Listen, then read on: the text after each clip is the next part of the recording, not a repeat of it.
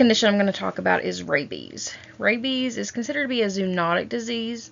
It's very slow progressing. It almost always ends in death. I've always been told, and you see in stories in the news and stuff, that it always ends in death if not treated. But according to our reading, some patients have actually miraculously survived the disease after, they're already showing symptoms apparently after receiving months worth of intensive treatment via like antibiotics and stuff through IV. I think that's a miracle and it's absolutely groundbreaking, so I just wanted to definitely mention that. But moving on, rabies attacks the brain. Essentially, it can also but death when it occurs is usually because of stuff like cardiac arrest or respiratory arrest. They stop breathing. They're usually in a coma at this point. They're usually not really coherent when this happens, so that's at least a small blessing. It's not super common that people get it, but it can happen in some cases. I did read about a case not too long ago where a man had been bitten and he just didn't go to a hospital to receive, treatment. As long as you receive treatment after you're bit, you have a really good prognosis for not getting it. But this man just didn't go. I don't know why. I don't know if he just couldn't afford the doctor, didn't have insurance, just didn't think it was a big deal, didn't think of it, whatever happened, but he ended up getting it and he did not make it.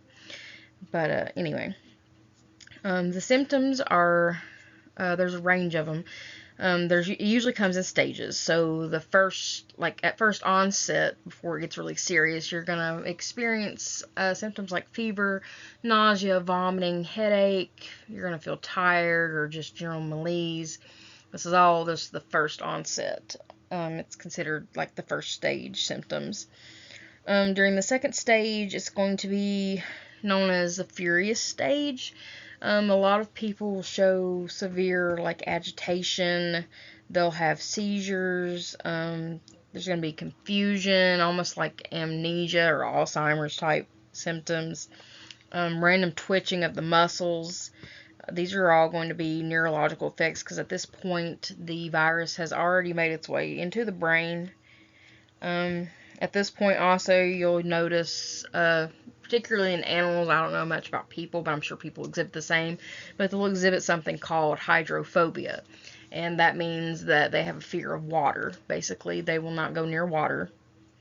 The prognosis is, like I said, cardiac arrest, failure, or respiratory arrest. That is what they typically die from. But as I stated at the first two, some people have apparently somehow miraculously survived this virus. I don't know how, but I think that's awesome.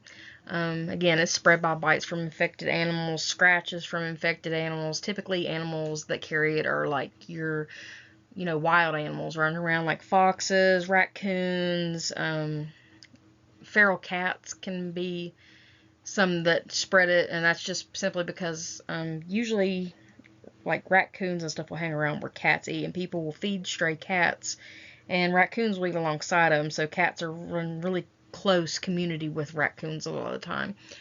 Squirrels can get it, it's not as prevalent. One animal that I know people are kind of afraid of for the most part is animals like possums, but possums generally do not get rabies because they simply do not have the correct body temperature to support the virus being in the body. Not to say they can't get it, but it's just very rare. Bats are extremely common carrier for rabies. I think it's somewhere upwards of about 70 or 80% of bats can have rabies. I don't know if that's still an accurate number. I know it was a number I had read about a few years back because I've always found this interesting. But yes, anyway, that's how that goes. We have Neisseria meningitidis. It's a gram-negative diplococci is what causes it. It's considered to be an epidemic meningitis. It is responsible for about 14% of cases of meningitis. It enters through the respiratory tracts by breathing in droplets of people that cough or sneeze that have it. It has a pretty high mortality rate if it's not treated immediately. Onset of it is very sudden. It's very common in Africa, especially during December through May. It's pretty much an epidemic there every year. The way to diagnose it is through spinal tap, commonly because they need to test the cerebrospinal fluid. Blood tests can also diagnose, but the spinal tap is going to be your most accurate one. You really have to act fast with it. Like the minute you see any of the symptoms or feel any of the symptoms that I'm going to describe in a minute, you need to go be checked by medical personnel in a hospital. Go to the ER.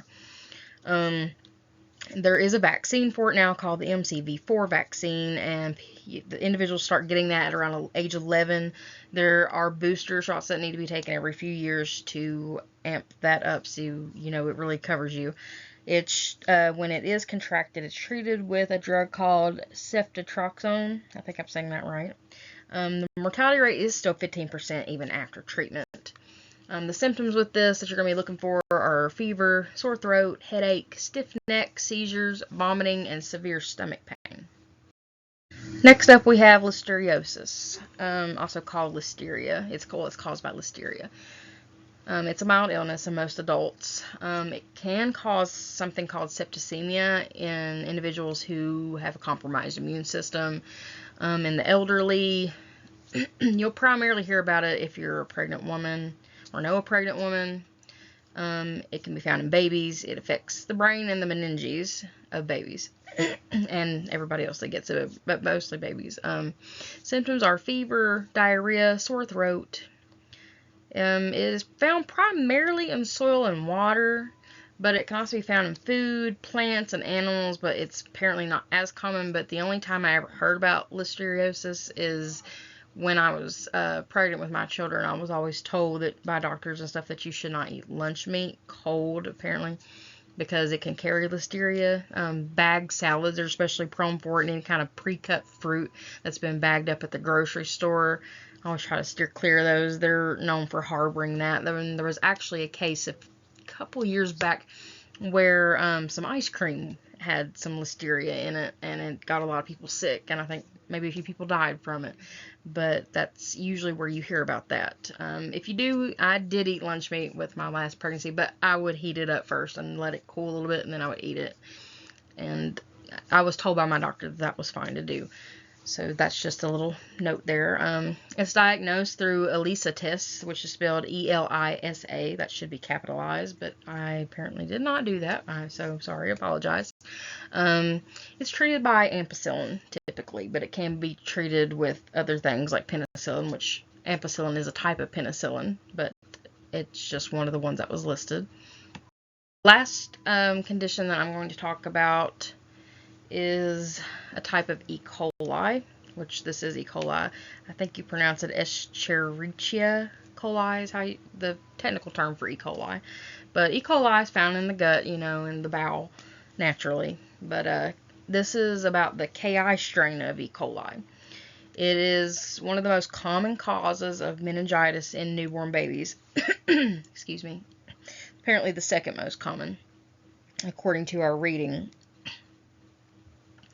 It is most commonly occurring in preemie babies, which are, as you know, babies that are born typically really early. They have a really low birth weight. They're already having problems with, regulating their body temperature and their sugar it's almost like a diabetic. If their sugar keeps crashing, their little hands and stuff are sometimes purple. They don't get a lot of good blood flow, so they're already having problems. And then this kind of thing can go after them because obviously they're kind of immunocompromised at birth anyway. As babies, you don't really have a good immune system. You're living off the mother's immune system technically.